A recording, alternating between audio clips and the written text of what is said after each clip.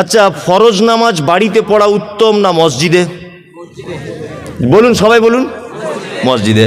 আর সুন্নাত বাড়িতে, তাই না? তার মানে আসসালামু আলাইকুম ওয়া রাহমাতুল্লাহ, আসসালামু আলাইকুম ওয়া রাহমাতুল্লাহ, আস্তাগফিরুল্লাহ আস্তাগফিরুল্লাহ, আল্লাহুম্মা আনতাস সালাম ওয়া মিনকাস সালাম। যত রকমের জিকির আছে, আল্লাহু আকবার, রব্বি আইনি আলা যিকরিকা ওয়া শুকরিকা, লা হাওলা ওয়ালা কুওয়াতা ইল্লা, যত রকমের জিকির আছে সমস্ত জিকির আপনি মসজিদে বসে বসে করবেন। তারপরে আপনাকে চলে আসতে হবে কোথায়? বাড়ি এসে বাকি সুন্নতগুলো আদায় করতে হবে। রাসূল সাল্লাল্লাহু আলাইহি ওয়াসাল্লাম কি বলেছেন? তোমাদের বাড়িগুলো কবরে পরিণত করো না। তার মানে বাড়িতে সুন্নত পড়তে হবে। আমার মনে হয় আল্লাহ নবী সাল্লাল্লাহু আলাইহি ওয়াসাল্লাম তো মহাবৈজ্ঞানিক ছিলেন, ব্যাপারটা তিনি বুঝতেন যে এদেরকে যদি সুন্নতের জন্য মসজিদের সুযোগ যদি দেওয়া হয়, সুন্নত তো পড়বে না, গোল টেবিল করে লোকের গীবত আর পরনিন্দা মুনাফিকি করবে। ওই জন্য বলে দিয়েছে নামাজ পড়া শেষ, আগে ঘরে চলে যা, ওইখানে গিয়ে সুন্নত পড়। আমরা কি করি? আসসালামু আলাইকুম ওয়া রাহমাতুল্লাহ, আসসালামু আলাইকুম ওয়া রাহমাতুল্লাহ। একজনা বলছে কি ব্যাপার বলতে, কি ফটিক ভাই দুতলা বাড়ি করেছে, কি সুন্দর করেছে, আগে এলা খাওয়া হতো না? মসজিদে বসে বসে বলছে। আরেকজন তখন পাশ থেকে বলছে, খবর জানিস? খবর তোরা জানিস না, আমি সব শুনেছি। কলকাতায় কাজে গিয়েছিল, সারা 20 লাখ টাকা ঝেড়ে নিয়ে চলে এসছে। ও ঝেড়ে নিয়ে এসছে তোমার বাপ দেখতে গিয়েছিল? হ্যাঁ, তোমার বাপ দেখতে গিয়েছিল, 20 লাখ টাকা ঝেড়ে নিয়ে এসছে? তোমার কোনো প্রমাণ আছে? একটা বইয়ের স্বামী মারা গেছে, হঠাৎ তার স্বামীর ডেথ সার্টিফিকেট তোলার জন্য 4-5 বার ও বহরমপুরে যাচ্ছে আর আসছে। চায়ের দোকানে বসে বসে বলছে, কি ব্যাপারে, স্বামী যতদিন ছিল ততদিন ঘর থেকে বার হতো না, এখন ঘন ঘন ভ্যানিটি ব্যাগ নিয়ে কোথায় যাচ্ছে কোথায়? আরেকজন তখন বলছে, দেখ মনে হয় কোথাও কট লাইন কিছু করেছে। তো ও কট লাইন করেছে, তুমি দেখতে গিয়েছিলে? তোমার বাপ দেখতে গিয়েছিল? ও কথা বলতে গেলে কেন? পাক্কা মুনাফেকে। এ কি পাক্কা মুনাফেকে? কার বউ কোথায় যাচ্ছে, কে দুতলা বাড়ি করলো, কে বুলেট গাড়ি চেপে গেল, তোমার কেন এত দায় পড়ে গেল? আর পাড়া গ্রামে ও 2 টাকার চা খায় আর 22 টাকার পরের বদনাম করে বসে বসে, মুনাফিকি করে। মসজিদ আল্লাহর ঘর, সেখানে বসে বসে দেখবেন নামাজের পরে 4-5টা বুড়ো লোক থাকে, ওই বুড়ো লোক বসে বসে ওখানে কি করে? গীবত পরনিন্দা করে। মসজিদে কাঁচা কুঞ্চি রেখে দেবেন, ইমাম সাহেবকে বলছি, বুঝলেন? মসজিদে কাঁচা কুঞ্চি, নামাজের পরে দেখবেন যে এরকম চলছে, প্যাচাম প্যাচাম করে তার পাছায় চাপকিয়ে দেবেন। আরে গরমকাল আসছে, হারাম করে এত বড় বদমাইশ, নামাজের পরে মসজিদের কারেন্ট পুড়িয়ে বসে বসে গল্প করছে, আছে না? বসে বসে নামাজ পড়া বাদ দিয়ে দুনিয়ার কথা, হেড মাওলানার দুর্নাম, মাদ্রাসার দুর্নাম, সেক্রেটারির দুর্নাম, ও টাকা মেরে খায়, ও অমুক করে খায়, আর তুমি ধোয়া তুলসী পাতা। সবাই খারাপ আর তুমি ভালো। গ্রামে এরকম লোক আপনাদের পুলিন্দাতে নেই, আমাদের ওদিকে আছে। না বলবো না, মারবে। আমি বললে মারবে বাবা। আমার তো দেখতে পাচ্ছেন সোশ্যাল মিডিয়া, যেখানে যাচ্ছি বোম মারছে গাড়িতে। ওই হাওড়া জেলাতে গেলাম সেদিন, বোম মেরে দিয়েছে গাড়িতে। আল্লাহ বাঁচানেওয়ালা, আল্লাহ যদি বাঁচায় তো আর কেউ বাঁচাতে পারবে? মারতে পারবে না। গাড়ি নিয়ে বার হলাম, আমার ড্রাইভার গাড়ি চালাচ্ছে, মানে 500 মিটার গিয়েছি জলসা ছাড়া, আর বাঁশ নিয়ে সব গাড়ি ভাঙচুর করতে চলে এলো। আমি গাড়ি থেকে নেমেছি, বোম মারতে শুরু করে দিচ্ছে গাড়িতে। আশ্চর্য, সোশ্যাল মিডিয়া দেখেছেন তো এগুলো? আশ্চর্য ব্যাপার। আমি তো কারোর বিরুদ্ধে কিছু বলি না। আচ্ছা, এতক্ষণ যা বলেছি কারোর বিরুদ্ধে বলেছি না? বাস্তব কথাগুলো হাদিস কোরআন দিয়ে বললাম, বাস্তব কথাগুলো বললাম। এতে আমি এত আর কি ভয়ঙ্কর লোক? আমাকে দেখলেই মানুষ সবসময় মানে উগ্র মেজাজে আছে, মানে একে পেলেই মেরে দিবে, কিরকম ব্যাপার। আর সোশ্যাল মিডিয়াতে তো আছি বড় পাকড়ি বলা, ও খুললেই মমতাজুল ইসলামের জন্মের ঠিক নাই, দেখবেন। ও সোশ্যাল মিডিয়া খুললেই মমতাজুল ইসলামের জন্মের ঠিক নাই, ও বিয়াদব, ও কোরআন পড়তে জানে না, ও রাজমিস্ত্রি কাজ করে, ও হাদিস কোরআন বুঝে না, এইসব আর কি কথা। কারণ কি বলুন তো? আমি হচ্ছি ওই ডাক্তার, রুগীর রোগে ঔষধ দিই। কি বললাম বুঝলেন? যেখানে যেখানে রুগীর ঔষধ প্রয়োজন, ঠিক জায়গাতে ঔষধ মেরে দিই। এই জন্য রুগীর একটু কষ্ট হবেই, হবে না? ফোড়া হলে যদি কেটে দিই, তা রুগীর লাগবে না? লাগবে। আমি বলে দিয়েছি, সারা পশ্চিমবাংলার যত মাজার আছে 2025-27 মধ্যে ঐক্যবদ্ধভাবে সব মাজার বুলডুজার দিয়ে ভেঙে দিতে হবে, আর যত বুলডুজারের খরচা আমি দিয়ে দেবো। এইসব কথা যখন বলে দিয়েছি, তখন বলছে আমাদের পীরের মাজার ভাঙবে বলেছে। কি বললাম বুঝলেন? আল্লাহু আকবার। মানে পীর সাহেবদের সঙ্গে আর হিন্দু ভাইদের কিছু মিল আছে, মারাত্মক মিল আছে না। এই আপনার আদিনার মসজিদে শিবের লিঙ্গ পাওয়া গেছে, আর শিব কজন আর ও লিঙ্গ কটা? রাম মন্দিরে শিব পাওয়া গেল, আদিনার শিব পাওয়া গেল, তা ও শিবই বা কটা আর ওর লিঙ্গই বা কটা? এটা একটা জানার ব্যাপার। হ্যাঁ, এই দেখুন আপনাকে একটা মজার কথা বলি। কলকাতা যান তো আপনারা এই রোড দিয়ে দমদম এয়ারপোর্ট পার করে মধ্যমগ্রাম আর বারাসাত এর মাঝখানে দেখবেন রাস্তার ধারে একটা মাজার আছে, ছোট্ট এরকম। লক্ষ্য করতে করতে আসবেন, এদিক দিয়ে গেলে ডান দিকে পড়বে, ওদিক থেকে গেলে বাম দিকে পড়বে, ঠিক আছে? আর মাজারটায় লেখা আছে বাবা একদিল শাহ মাজার। আচ্ছা ভালো, ওই পীর সাহেবের দেখছি আর একটা মাজার আছে আমাদের বারাসাত কাজীপাড়াতে, বাবা একদিল শাহ। ওই পীর সাহেবের আর একটা মাজার আছে হাড়োয়াতে, উত্তর 24 পরগনায়, একই পীর একদিল শাহ। আমি বলে একটা পীর মরেছে কয় জায়গায়? এটা ভাবনা চিন্তার ব্যাপার। পীর তো একজন, তা মরে কয় জায়গায়? সব জায়গায় মাজার, আর সব জায়গাতে মানুষ সেজদা দিচ্ছে। তা ব্যাখ্যা করছে এরকম ভাবে, বাবারা আমার, ও ভাইরা আমার, আমাদের পীর সাহেব আগেকার দিনে লরি টরি ছিল না, বাস ছিল না, ট্রেন ছিল না, কলকাতায় গিয়েছিল বই কিনতে। বই মাথায় করে আসার সময় হেঁটে হেঁটে পা ব্যথা হয়ে গিয়েছিল বলে বারাসাতের ওই রাস্তার ধারে বসেছিল 5 মিনিট। যেই বসেছে তার মুরিদেরা তাড়াতাড়ি করে ওই জায়গাটায় মাজার করে দিয়েছে। ওইখান থেকে বই নিয়ে আবার আস্তে আস্তে কাজীপাড়াতে একটু রেস্ট করেছে, ওইখানে একটা মাজার করে দিয়েছে। ওইখান থেকে হাড়োয়ায় এসে মৃত্যুবরণ করেছে, ওই জায়গাটা আর একটা মাজার করে দিয়েছে। মনে মনে বলছি, তোর পীর সাহেব যেখানে পেচ্ছাপ পিতে বসেছিল ওখানে একটা করতে পারতিস, তোর পীরের পায়খানা ঘরে একটা করতে পারতিস। সেজদা দিত মানুষ পায়খানাতে। তাহলে হারামখোরদের মনে হচ্ছে ওদের কাঁচা কুঞ্চি যদি আর আমার হাতে শাসন ক্ষমতা যদি থাকতো, হযরত ওমরের মতো জামানা যদি এটা হতো, তা ওদের চামড়া তুলে দিতাম। মানুষের ঈমান নষ্ট করার সব থেকে বড় কারখানা, তার নামে মাজার আর ফকির। কি বললাম বুঝলেন? বর্তমান সময়ে একটা মানুষকে কাছ থেকে, সুস্থ সবল মানুষের কাছ থেকে, নিরীহ মানুষের কাছ থেকে ঈমান হরণ করার সব থেকে বড় মাধ্যম। তার মধ্যে আপনাদের মুর্শিদাবাদে কয়েকটা খাতারনাক চিজ আছে, খুব বাড়াবাড়ি করছে কদিন। হ্যাঁ, খুব বাড়াবাড়ি। পরশুদিন দিয়েছি ওকে সার্প দিয়ে ধুয়ে, তাও লজ্জা শরম নাই, তাও বলছে। আমি কোনো একটা বক্তব্যতে বলেছি শবে বরাত শুধু বেদাত না, পচা বেদাত। কি বললাম বুঝলেন? পচা বেদাত। এমনি লোকাল বেদাত হলে আলাদা ব্যাপার, পচা বেদাত। আর আমাকে বলছে শবে বরাত হাদিসে আছে। কোন হাদিসে আছে বল? শবে বরাত কোন হাদিসে আছে বল? শাবান মাস সম্পর্কে আল্লাহ নবী সাল্লাল্লাহু আলাইহি ওয়াসাল্লামের দুটো ঘোষণা, ভালো করে বোঝার চেষ্টা করুন। এক, আলেম ওলামারা আছেন, ভালো করে আমার মিস হলে বলবেন।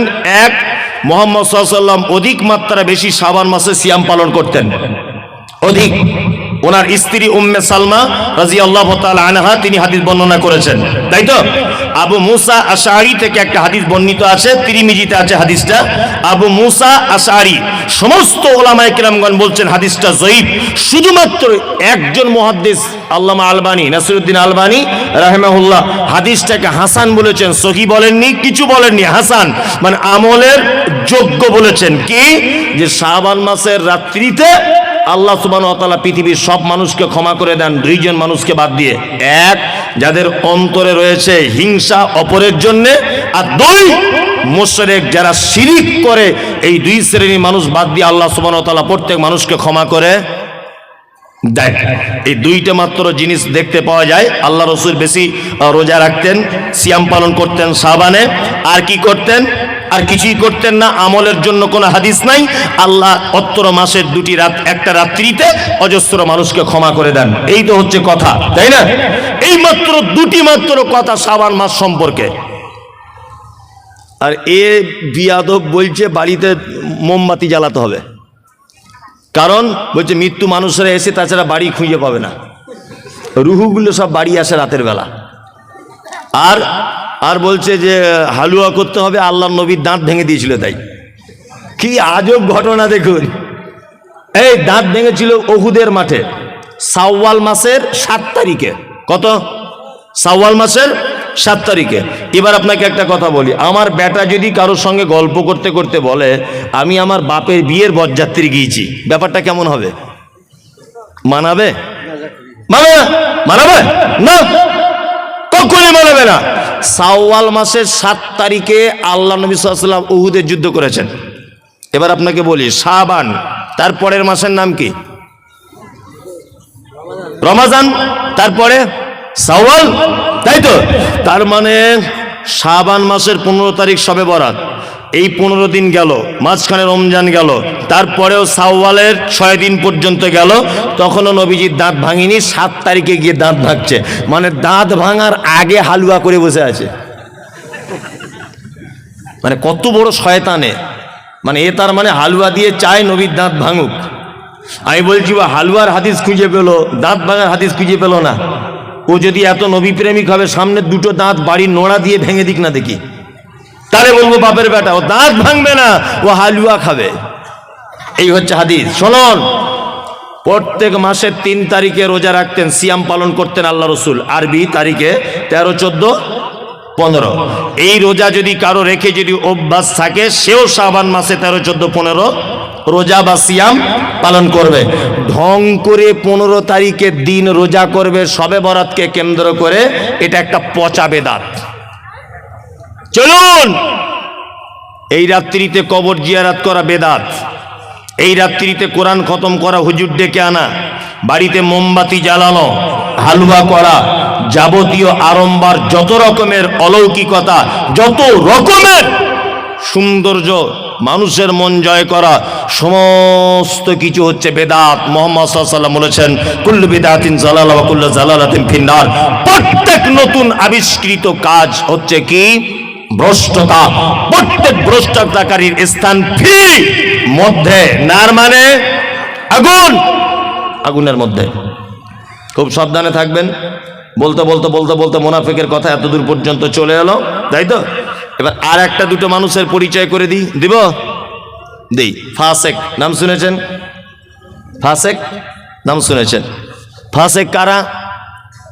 ফাসেক হচ্ছে ওই লোক, ভালো করে বুঝবেন, ফাসেক ওই লোক যে লোক কাবিরা পাপের ভিতরে দীর্ঘদিন যাবৎ আছে, কাবিরা পাপ জানার পরেও ছাড়তে পারছে না, একই ফাসেক। তবে ফাসেকরা ইসলাম থেকে খারিজ হয়ে যায় না, ফাসেকদের ব্যাপারে ডাইরেক্ট জাহান্নাম ঘোষণা করা নেই। তবে আল্লাহ সুবহানাহু ওয়া তাআলা ফাসেকদের ব্যাপারে বলেছে, ওয়াল্লাহু লা ইয়াহদিল কওমাল ফাসিকিন। ফাসেকরা কখনো সঠিক রাস্তা খুঁজে পায় না। ফাসেক কাকে বলে? পিতামাতার সঙ্গে অসৎ ব্যবহার, ও কি ফাসেক? দাড়ি চাঁচা, এটা কি কাজ? ফাসেকি কাজ। ওই যে মনীষা কুটকুট করে চুলকায়, চুলকায় মনীষা। আবার অনেকজন বলছে আমার বউ কেমন করে, আমার বউ বলে দিয়েছে, রাখতে মানা করে দিয়েছে। তোমার বউ কি একেবারে দিব্যা ভারতী? তোমার বহুকে চেনে কজন? গোলাম হোসেন চেনে কজন? ওই যে দক্ষিণ আফ্রিকার না কোথাকার একটা ক্রিকেট প্লেয়ার আছে, এত বড় বড় দাড়ি, না কোথায় বাড়ি ওর, কি নাম ওর? হাসিম আমলা। এত বড় বড় দাড়ি, প্লেনে বসে আছে, ওর বউ বোরকা পরে ওর সাইডে বসে আছে, আর ও কোরআন মাজিদ তেলাওয়াত করতে করতে নাকি হাতে নিয়ে পড়তে পড়তে যাচ্ছে। ইন্টারন্যাশনালি ক্রিকেট খেলছে একজন দামি লোক, এত বড় বড় দাড়ি, তার বইয়ের লজ্জা লাগে না? হ্যাঁ, আর এ বলছে অফিস আদালতে কাজ করিতে মনি সাহেব, ব্যস্তর কারণে ওই জন্য দাঁড়িয়ে রাখতে পারছি না, একটু দোয়া করবেন, আগামীতে রাখবো। তোমার দাড়ির জন্য আমার দোয়া করার দায় এসে যায়? তোমার দাড়ি বাড়ার জন্য আমি দোয়া করব? বদমাইশির জায়গা পাও না। হাসি মামলাকে সারা পৃথিবীর লোক দেখছে, তার লজ্জা লাগে না? তার অফিস আদালতে যেতে হয় না? তাকে প্লেনে করে এদেশ থেকে ওদেশ ছুটতে হয় না? ইন্টারন্যাশনাল ক্রিকেট প্লেয়ার হিসাবে মাঠে নামতে লজ্জা লাগে না? আর তোমাকে পুলিমদার লোক চেনে, সারগাছির লোক চেনে, গোটা মুর্শিদাবাদের লোক তোমাকে চেনে? কেউ চেনে না। তোমার লজ্জা কিসের? লজ্জা লাগছে, আশ্চর্য ব্যাপার। এটা ফাঁসেকে, কারণ এটা একটা বড় পাপ। এটা বড় পাপ জানার পরেও ও যে চাচ্ছে বারবার, এই কারণেও ফাসেক। তবে একটা কথা বলে দিচ্ছি, ফাসেক আপনি যদি এই কাজের কারণে হন, তাহলে আপনাকে তওবা করে ফেরত আসতে হবে। এখন রাস্তা আছে যে আপনি ফাসেকে আছেন, কি বলছি মাথায় থাকবে এটা? তওবা করে ফেরত আসুন। আর একটা কথা বলছি, আপনি পুলিন্দা মাদ্রাসায় 1 লাখ টাকা দান করেছেন, এসব বাস্তব কথাগুলো কেউ তুলে ধরে না। পুলিন্দাতে 1 লাখ টাকা আপনি দান করেছেন মাদ্রাসাতে। এখন এই মাদ্রাসায় দান করেছেন, প্রত্যেক বছরে করেন, আপনি মারা গেলেন। আচ্ছা বলুন তো, আপনি যে মারা গেলেন আপনার কাফন জড়ানো আছে, সবাই আপনার মুখটা দেখতে আসছে, দেখতে আসে না? কাফন থেকে মুখটা বার করে দেখে। আচ্ছা বলুন তো, আপনার মুখটা দেখে বুঝতে পারবে যে এই লোকটা বড় দানি ছিল? দেখা যাবে? বোঝা যাবে না? আত্মীয়তার সম্পর্ক আপনার ভালো ছিল, আপনার মুখ দেখে কেউ বুঝতে পারবে যে লোকটার আত্মীয়তার সম্পর্ক ভালো ছিল? বোঝা যাবে? যাবে না। পৃথিবীতে একটা মাত্র চরম পর্যায়ে সুন্নত আছে, সেটা হচ্ছে এই, যদিও দাড়ি রাখার ব্যাপারে কেউ কেউ বলেছে দাড়ি রাখা ওয়াজিব, বাধ্যতামূলক, ফরজের সমতুল্য। কি বলছি বুঝতে পারছেন? আচ্ছা বলুন, পৃথিবীতে একটা মাত্র আমল আছে যে আমলটা মানুষের কবর পর্যন্ত প্রমাণ করে যায়, তার নাম দাড়ি। মানুষ মারা গেলে দাড়ি চেঁচে কবরে ঢোকায় না, এই অবস্থায় দেয়, এই অবস্থায় দেয়। অন্তত পক্ষে ফেরেশতারা দেখে বলবে আমাদেরই দলের লোক ছিল, অন্তত একটু আরাম হতে পারে হিসাবটা, বুঝলেন না? আর একেবারে শ্যাম্পু করা লোক যদি ঢুকে যায়, ফেরেশতারা যদি বুঝতে পেরে যায় এই ঢুকেছে রে, এবারে হিসাব কড়াকড়ি করে মার, বলবে কি বলবে না? বলবে, এটা বাস্তবতা। এইটা দেখে অন্তত পক্ষে ফেরেশতারা বুঝতে পারবে যে এটা আমাদেরই লোক ছিল, বুঝতে পারবে না? হ্যাঁ, অনেক তো মেয়েরা আবার আছে দাড়িওয়ালা ছেলে বিয়ে করতে চায় না, করে না? অনেক মেয়ে, ও কলেজে পড়ে নাকি একটু মডার্ন হয়েছে, শুনছি বলে কলেজে পড়ে মেয়েটা, বিশাল ডিগ্রি করছে, ওই জন্য দাড়িওয়ালা ছেলে পছন্দ করে না। অথচ যখন বিয়েতে বসে ওর বরকে বলে দেয় ভালো পাঞ্জাবি আর ভালো টুপি পরবে, কিন্তু বিয়ে করার সময় দেখছি আব্দুল কাদের জেলানির মতো পাগড়ি আর পাঞ্জাবি পরে যাচ্ছে। কেন আন্ডার প্যান্ট পরে আসতে বলতে পারতে? মৌলভী সাহেবদের পছন্দ করো না, দাড়িওয়ালা পছন্দ করো না, তা বিয়ে করার সময় আমার ঢং করে মৌলভী সাহেবের মতো ব্যাগ ধরতে বলছো কেন?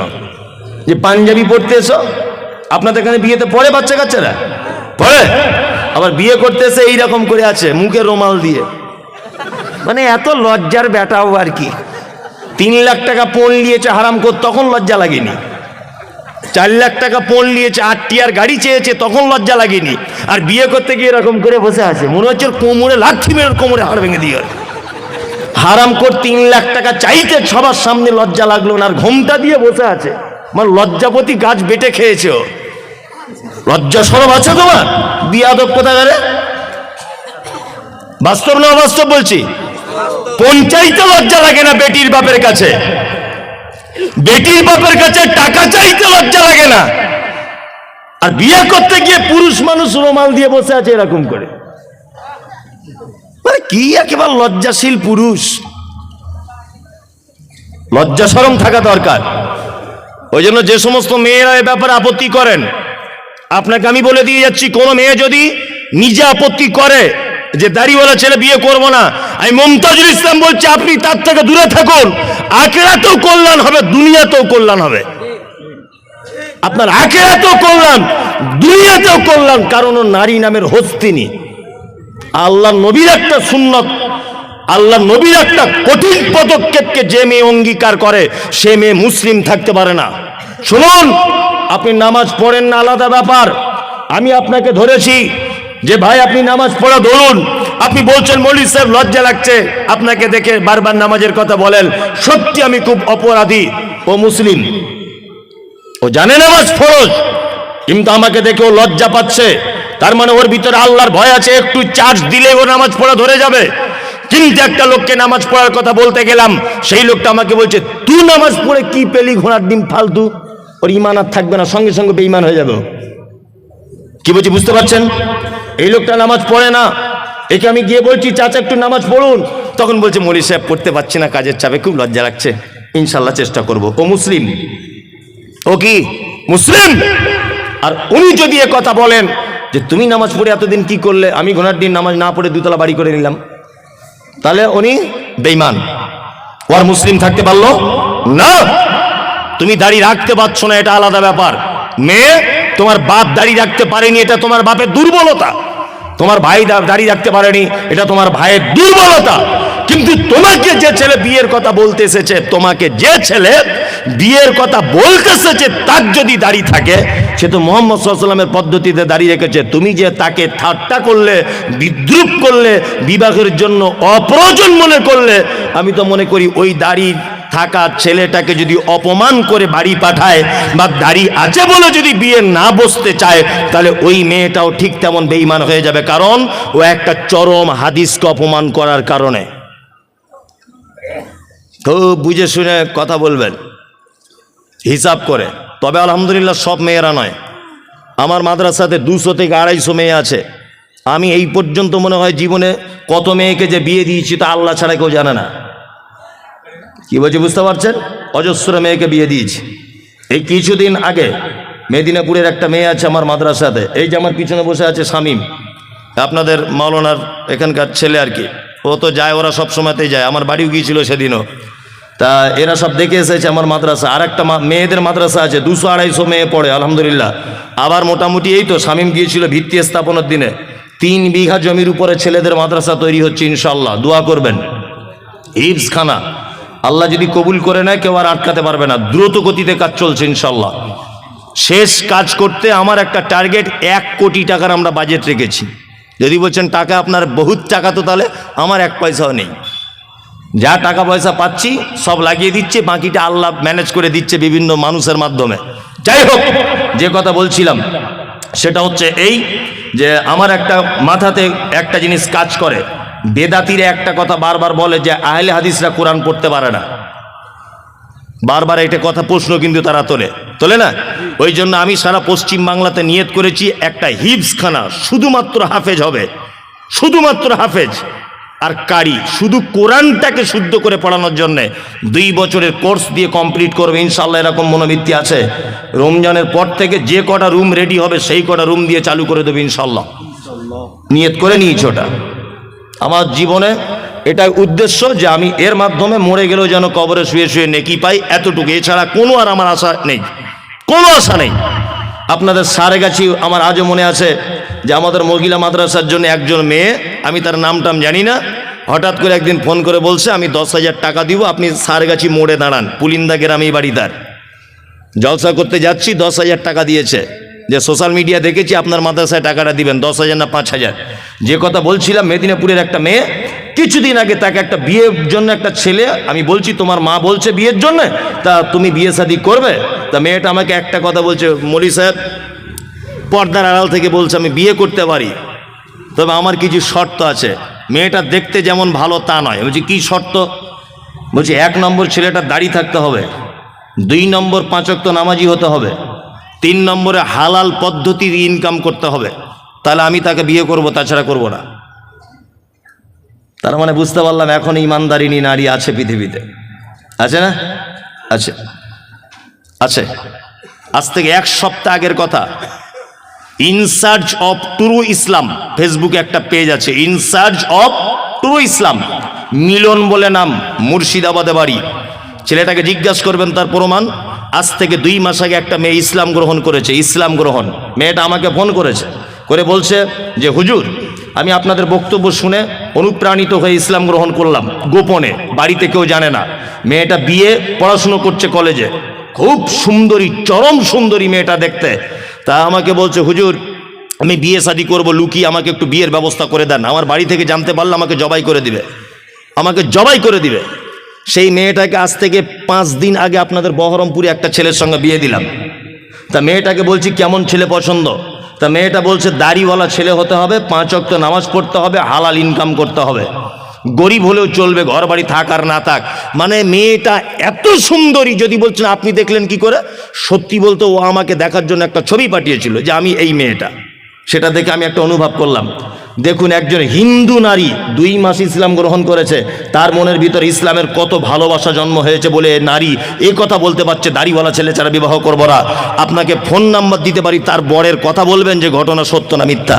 বাড়ি থেকে বার হয়ে চলে এসেছে, হিন্দু মেয়ে মুসলিম হয়েছে, ইসলাম গ্রহণ করেছে, তার সমস্ত কোর্টের ডকুমেন্টস রয়েছে, মুসলিম একটা ইমানদার ছেলে তাকে স্ত্রী হিসাবে গ্রহণ করেছে। ভালো নারী নেই এ কথা বলবো না, তবে যত খারাপই আমাদের যারাই কলেজে পড়ছে আর যারা বড় ডিগ্রি করতে যাচ্ছে ফ্যাশন হয়েছে, এরা বলছে আমাদের আর পছন্দ হচ্ছে না, আমাদের আর পছন্দ হচ্ছে না। কি বলছি বুঝতে পারছেন? দূরে থাকবেন। আল্লাহ তুমি আমাদের ফাসিকি থেকে বাঁচার তৌফিক দান করো, আমিন বলুন, আমিন। চলুন আর একটা ব্যাখ্যা করে দিই, তারপরে আর একটা করব, সেটা হচ্ছে মুশরিক। নাম জানেন মুশরিক? মুশরিক, মুশরিককে শিরিক করে, উনি ভালোই বলতে পারছেন, শিরিক করে মুশরিক। এবার আপনাকে একটা কথা বলে দিচ্ছি, শুনে রাখেন, এ কথা বললে তো আরো আপনি আশ্চর্য হবেন। হিন্দু, মুসলিম, জৈন, খ্রিস্টান, হাঁড়ি, চুয়ার, চামার, বাগদি, ছুতর, মেথর, পৃথিবীতে যত জাতির মানুষ বসবাস করে, যত ধর্মের মানুষ বসবাস করে, কোন ধর্মের ভিতরে মুশরিক বর্তমানে খুঁজে পাওয়া খুব মুশকিল। হিন্দু, এদের ভিতরে মুশরিক নেই। খ্রিস্টান, এদের ভিতরে মুশরিক নেই।